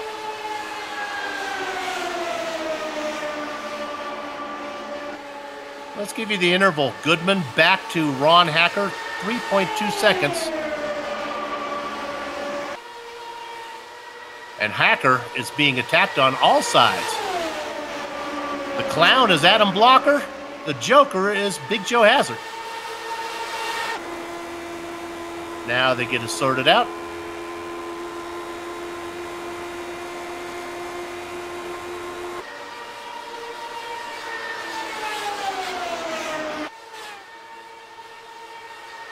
Things beginning to settle down here. And with 25 to go, you got to figure that all the guys are probably good to go from here. Even the guys who came in a while ago should be able to get there.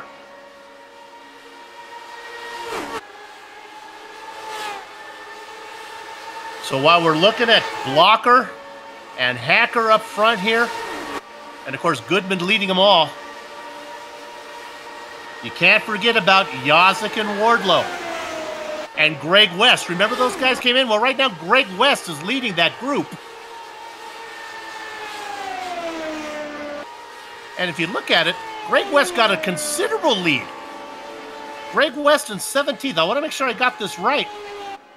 He's got quite a gap on Yazik. Yeah, he's got enough of a lead. It makes me wonder if he took tires, you know? Like, I mean, if he didn't take tires and the other guys maybe did.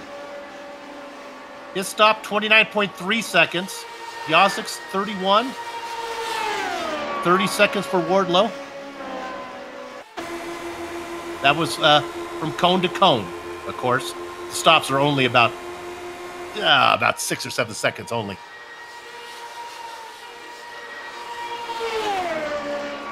They've been out there for 5 laps, and with only 22 to go, 27 well in the fuel window. So Greg West, right now, what my dad used to call the early peel, late reveal. You forget about him. He peels off early. What's revealed later?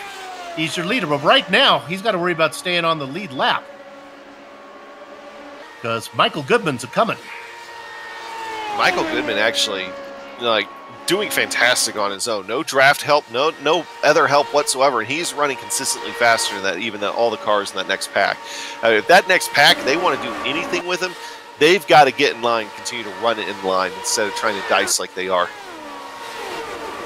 We're going to see Goodman and Hacker peel off pretty soon. When they do, we'll follow them and see how they come out in relations to West and Yazik.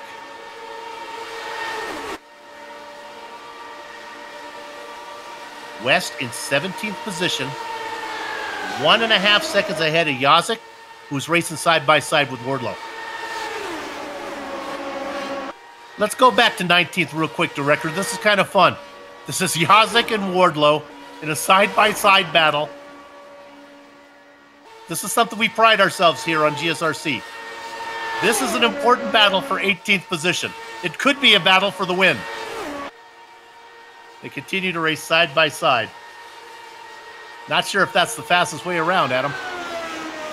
I'm beginning to think it's not. But even doing that right now, they are catching Greg West by a couple tenths a lap. But they're still being caught by that next group. So you want to be careful about how long that they do this for. Goodman stays out one more lap. He's working lap 39 on this stint, as is Hacker. See, I got to think, too, when this next group comes in with the way that they've been racing, that pit entrance might be something to watch. I mean, it could get jammed up in a hurry. Goodman 3.3 seconds ahead of Ron Hacker. And let's look at Hacker, because here comes Blocker underneath him. Now, Blocker's going to run for a while. This next group of guys, Blocker, Brandt, all these guys that we were watching, they can stay out. In fact, here comes Hacker. And Goodman as well. Two teammates coming down pit road at the same time. Not a big surprise.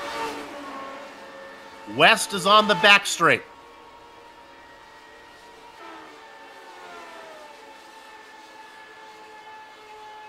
Goodman is in his box. I don't see the car going up. Goodman is rolling. West is making a stop. We don't know why. Why West is coming in now? So let's look at Yazik. So Yazik is still side by side with Wardlow, but Goodman is out. Goodman is on the back straight. He's got a full song now. He's ahead by 3.2 seconds over Yazik and Wardlow. And why did West have to come in? I mean, surely he would have had enough fuel. Well, he pitted at the same time that Wardlow, and yes, he's only been out there for a handful of laps. Well, maybe a lesson learned. Meanwhile, Adam Blocker is your leader. But there will be a pit stop needed here. These guys have been out here for 27. And with 16 laps to go, can they go 43? I don't think so. And Ron Hacker did go a lap down here to Adam Blocker, so he lost quite a bit of time there on pit road. But he's mixing it up now with this big pack. I'm not sure if we actually brought up our race analysis. Can we do that, Director? And let's see what they said that the max pit stint could be. And there you have it, 40 laps. Well, but some of that was under yellow. Here's what's going on. 28 laps Blocker has been racing. There's 15 to go. That's 43. Some of it was under the yellow flag. Can he go the distance? Blocker out in front, racing in second. He made his first appearance last week, or last round. And that's Aaron Morgan. Joe Branch in third. James Brandt having a great run. Really drifted up into Brandt. That was the Arctic Cat, Joe Hassert.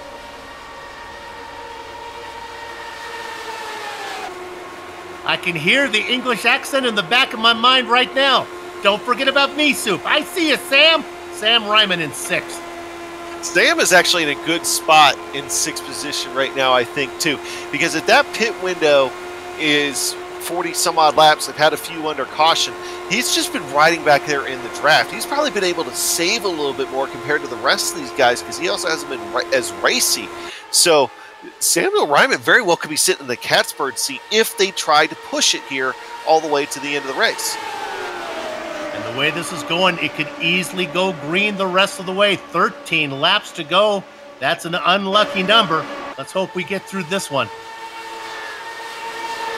If we can get to a dozen to go and still be under green, we might have ourselves a fuel race to the end.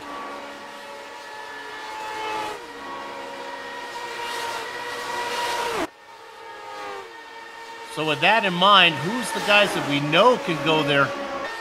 Michael Goodman is back in 14th spot, but well behind these guys.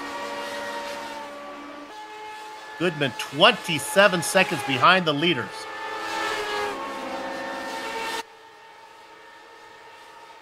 In fact, Goodman has West. Now this is it. Can we go to Goodman? Yeah, we're looking at, let's go to Goodman in 14th position. Right behind him, Greg West, but don't be fooled. West should be racing these guys, but he's a lap down. And look how he's left Dustin Wardlow behind. So Michael Goodman is in a great position if indeed none of these guys up front can go the distance.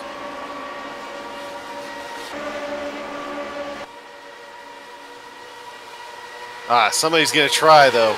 Yeah. You know they're going to try. Like, especially when you got a guy out there like Aaron Morgan, who's just ran a fantastic race, okay, that he, you know, and nothing to lose since this is only his second race. There's no reason why he should come in. Just see if you can push the car. Make it known that you're here now. Adam Blocker is a pretty sharp cookie. That's mixing metaphors, isn't it? He's a pretty smart cookie, a pretty sharp knife, pretty bright bulb. I think he knows what he's doing. Now, Soup, it's also one thing too. We sit here, we talk about this thing being basically the super speedway race for these cars and all this and all that. But at the end of the day, it's coming down to being Michigan and fuel mileage. Yep. What did I hear that before? Michigan.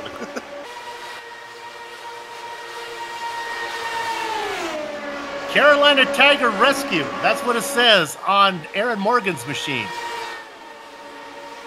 You know, soapbox for a minute. I got a really good friend of mine that works at a tiger rescue. I believe it's in Missouri, a big cat rescue. And some of the things that those folks do is just incredible with those cats. They're that size and all that, and giving these animals a place to live that have been attempted to be domesticated and sorts of other things. So very cool to see a tiger rescue represented out there here for today. Joe Branch racing low in the Budweiser car, had to back off a little bit. Talking about tiger rescue, I believe Samuel Ryman back in 6th position actually works in one of those places. He was really excited before one broadcast when he said, I got to touch a tiger. You sure he's just not like working at Clemson or something like that now? Yeah, could be. Yes. Maybe it was the mascot. Might have been. Well, he is British, so you never know. Look at that car of Aaron Morgan racing on top. 8 laps to go.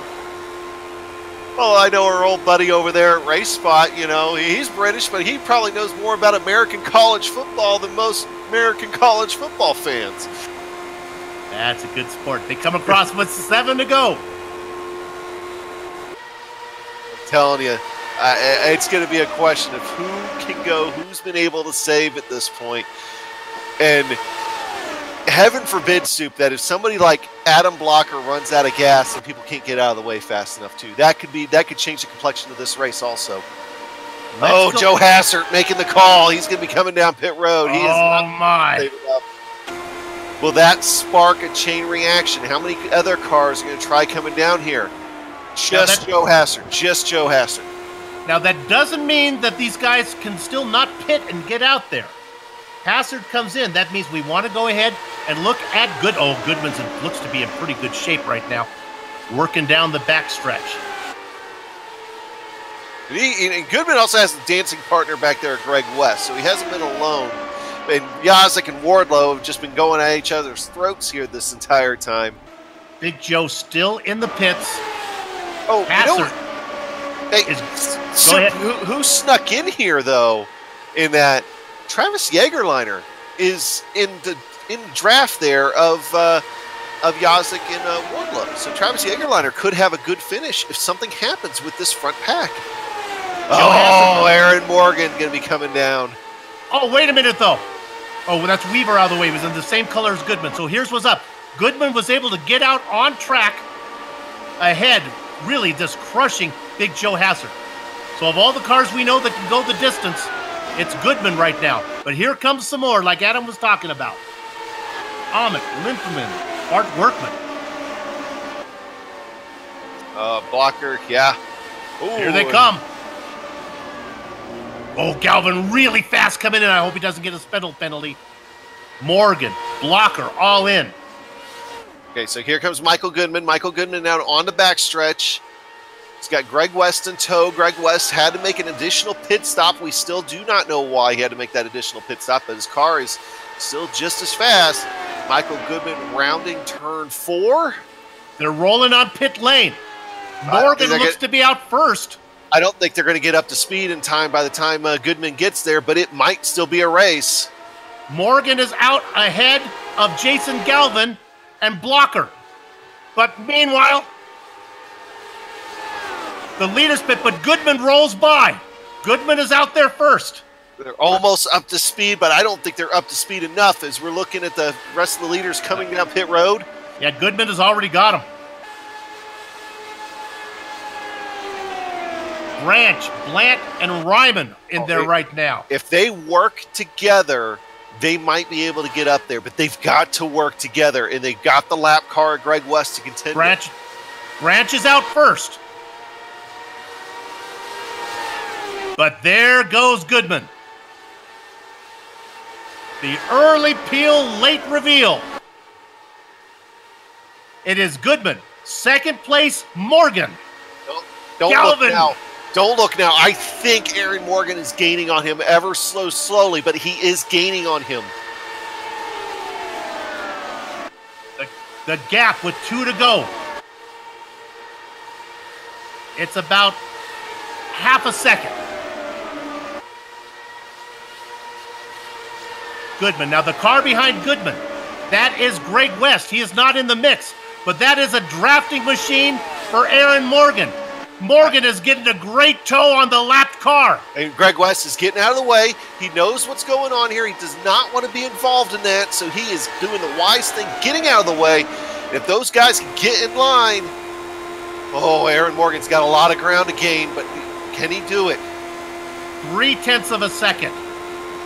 About 5 car lengths. That's the gap from Goodman to Morgan. If they take the white flag. Don't forget, Hassert is right there as well. Morgan takes the car. Best machine.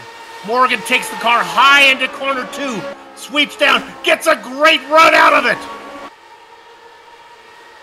He's back by about 4 car lengths. I think he has a run. Watch out for Hassert as well in 3rd. They go into corner number 3. What line will Goodman take? Goodman's going to do it low. Morgan loses momentum out of 4. Does he have enough time? Here comes Hassert. Not enough time. The HPP Simulation 200 goes to Michael Goodman. Aaron Morgan, he needed another 2 miles. Takes 2nd. Big Joe Hassert gets 3rd. Fantastic drive by Michael Goodman to be able to pull that off. And huge props to the newcomer, Aaron Morgan. 2nd place in his 2nd race. Just strategy ended up working out for a lot of those guys too. So very, very happy with how our end of this race shaped up. Brian Yazek, who led for much of that late stint, comes home in 7th. We'll give you a full rundown of the entire order when we come back for the Plasma Tracks post-race show. We're going to take a short break. Don't go far.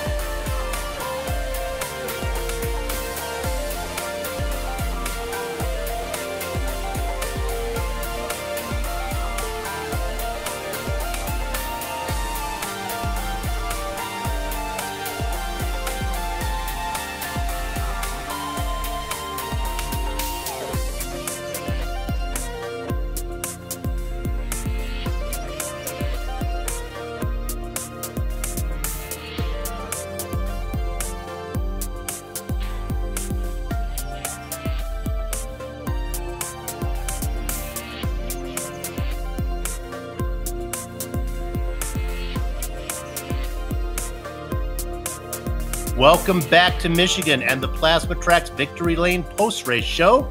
If you're struggling to find something for that person who has everything, do I have the website for you? Plasma-tracks.com not only produces original racetrack wall art, motorsports trophies, home decor, motorsports fabrications are also available. Words cannot do justice to the uniqueness of their wares. The only way to fully appreciate their artwork is to see it for yourself. But be warned, one visit to their website and the next thing you know is you'll be trying to convince your spouse why you need a Plasma Track wall art hanging in your home. See it all at plasma-tracks.com. All right, let's go ahead now and give you the rundown of the finishing order here for round number 9 in the Lionheart Retro Series. It's Michael Goodman comes home a tenth of a second ahead of newcomer Aaron Morgan. What a great sophomore performance from Aaron Morgan. Big Joe Hassard comes home in third ahead of Adam Blocker and Jason Galvin. Joe Branch, Brian Yazik, who led much of the late race, comes home in 7th. James Brandt, Robert Blue in a quiet 9th. The Candyman, Dustin Wardlow. Boy, he was in the hunt there with Goodman for a while, but was not able to keep pace. He has to settle for 10th. In 11th, it's Ron Hacker. Samuel Ryman gets a 12th position. In the Baker's Dozen spot, it's Chris Lanini. Vern Hawkins III, a pretty good performance for his debut race, comes home in 14th ahead of Brandon Lincom. And all ribbons and curls in the Sweet 16 position. Still on the lead lap is Bart Workman, as is Mark Homick. Then we get to the cars one lap down. Greg West, who had that mysterious extra pit stop that cost him maybe a win, he comes home the leader of all the cars one lap down in 18th, ahead of Frank Beezer, who had to duck below a car earlier in the race in 19th. Travis Schlagerliner rounds out your top 20. Then we get to a car 2 laps down. That was Alex Saunders. He's not going to pick up a lot of points as he was trying to get to the front of the point race. Not going to happen with this performance. He comes home in 21st. The double duck spot, it's Jake Wright, Justin Weaver behind him. Brian Beard, Woody Mahan, Tyler Groff, George Adams. All these guys ran into early trouble. James Grahula, Dandy Dan Guerin. The bad looks continues. A 29th performance from him, although he was leading for much of the early part of the race. Bob Micas, Ken Hacker, Andrew Kinsella, George Anzaldo, Vincent Blumenthal, and Pierre Neidendegla. All right, with that said and done, let's go ahead to our interviews right now. And first up for us, we have our race winner, Michael Goodman. Michael, congratulations on the win. Did you know that those guys had to pit? Yeah, I was hoping they had to pit because I knew you can only really run 30 laps flat out. And in the draft, maybe you could save 2 or 3 laps. And, yeah, I knew. I didn't. After your stop, you did a lot of side-by-side racing with I guess it was Dustin Wardlow who was there. Not sure if that was the fastest way around, but finally you were able to leave him behind. You know what? To be honest with you, Soup, I don't remember that. Yeah. Maybe I'm not reading my notes right on that one.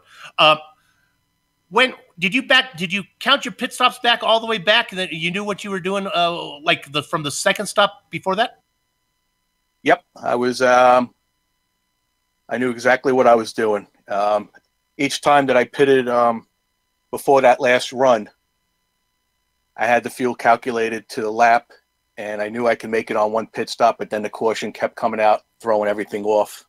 But fortunately for that last series of pit stops and whatnot, the yellow didn't come out, and it worked perfectly. I mean, on that last lap between you and Aaron Morgan, there was a lapped car that I think gave Morgan a little bit of a tow. He was making a run on you. I think one more lap, he might have had a chance. No, he would have had me. Those guys came out of nowhere on the last couple of laps. I don't know what made me look at the, the intervals between. And when I looked, I saw 0.8, 1.1, 0.8, 0.5. I was like, you got to be kidding me. And fortunately, I was able to make it to the checkered flag. But you're right. If it was one more lap, it would have been interesting. I'll get you out of here on this question. On pit exit, having to stay down there on the bottom line, do you have to feather the throttle? Is that something you practice, or can you just keep it floored until you get all the way around? On this particular track with that car, you could flat foot it around. Yeah, it takes a while to get those cars up to speed. They would make a run. It was a great race. Congratulations on the win. Good luck the rest of the way.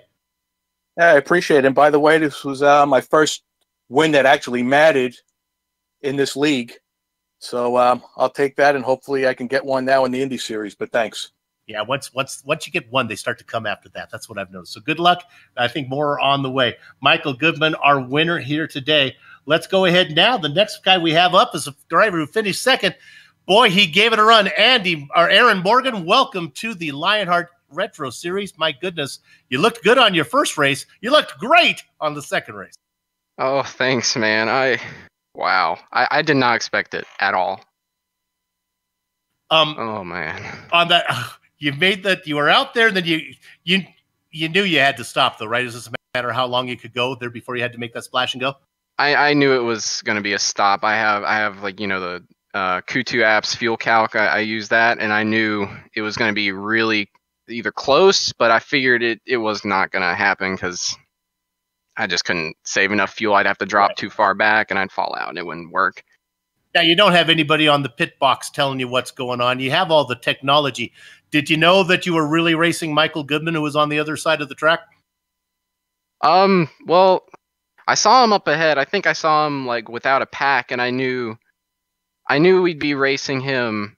But I kind of thought I'd be racing Adam a little bit more because, towards the end there, my strategy was just mimic Adam, and I didn't want to pass him. I just wanted to, kind of stick with him. Well, you had a great performance last round. We were on a road race. You did well there.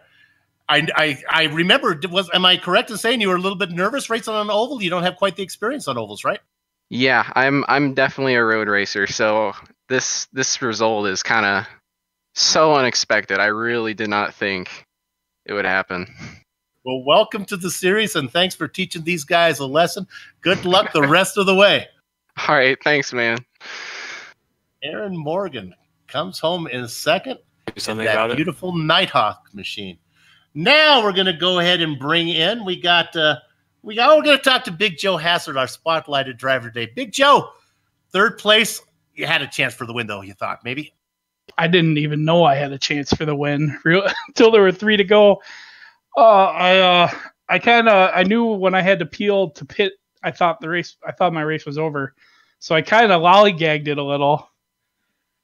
And I guess that's on me. So that's all I have to say about it. Man, I wish I don't know. I wish the gear there was just a not enough gear to get a good enough run. But it was, I guess, a podium. Okay. I didn't expect it, so I'm really happy about it. I will bet if you go back and watch your race, I will bet you did more than 75% of the race with somebody alongside of you. I would agree with that. Yeah. Yeah. It seems like it would never single file. And every time I go back to check on you, there he is with somebody around him again. Any close calls? Too many to count? Is that a word? Holy cow. I thought I was in the wall 7 or 8 times. And that's not even exaggeration. You can ask Jake Wright. What racing line was it looked like the middle one. What's the tires? I know the tires don't wear out much, but it looked like you guys kind of like to get to the middle of the track. Is that my thinking? Am I right on that? I like the middle to the high side. The problem was you couldn't get around the leader on the high side. There were a couple times. I think the closest I got to Jacek at the line was 0.001, and I could never get that lead. So it was difficult. I just like the IndyCar, I couldn't really get the bottom to work for me. If I had a good run and I could really arc it into the bottom, I could get it to stick, and I would just totally arc my quarter, top to bottom and back to the top. But otherwise, I was middle to high side the whole race. Was my favorite spot. Well, here's the deal. You finished third, but maybe a better accomplishment is that we have the spotlighted driver, the featured driver, which seems to be the kiss of death. You managed to avoid that one. Congratulations on bringing the car home safely. Well, I'm glad I showed up then, because I don't run a lot of the retro races. So the View the Spotlighted Driver is pretty cool. I didn't know it was even coming. So we would have talked about you anyway. Well, you got to talk about the Big Joe show. Hey, congratulations. Good to see you. And good luck coming up Sunday. We'll see you the 500 miles at Indy. That's a date. All right. Joe Hazard's got himself set up in good position for Sunday when we go 500 miles. And now our last one, we're going to talk to Adam Blocker. Adam, 4th place. Kind of had a shot at it. Maybe thought you had a chance for the win. Chance at it. I was leading the last stint, and I was surprised that Goodman and Big Joe Hazard came out as close to us as they did. And but the fact was that I just took a little bit too much fuel in the pit stop. I was a little bit too conservative, and Aaron Morgan and Jason Galvin jumped me in the pits, and I just I didn't have enough laps to get past them. But if I had taken maybe an Imperial gallon less, or would have been at least second or third. But still a really good point stay. So yeah. Point stay. Let's talk about that. The race fan around me, when I'm watching you racing and I see guys that aren't in the points battle, Greg West, Aaron Morgan racing next to you, and I know that Saunders has had a problem, I got to be thinking, oh man, Blocker's got to be thinking that this is a good chance for me to pick up points, even if I come home 5th. Yeah, I was cringing half of the race though, because I don't know, these guys were doing some.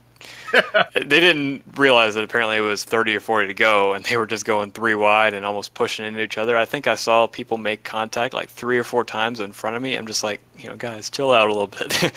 But yeah, it ended up okay, and got through it somehow. But yeah, when I saw Saunders have an issue, I knew, okay, I just got to bring it home, which was my mentality anyway, because this race is kind of a pack race. It's really easy to get caught up in something, so the main priority is to bring it home first, and then go from there. That's why I kind of hung out near the back for the first stint, for the first third of the race, just so if there was an incident, I had enough time to check up and everything, and that's what happened. So, and then I just made my way through and got a good result.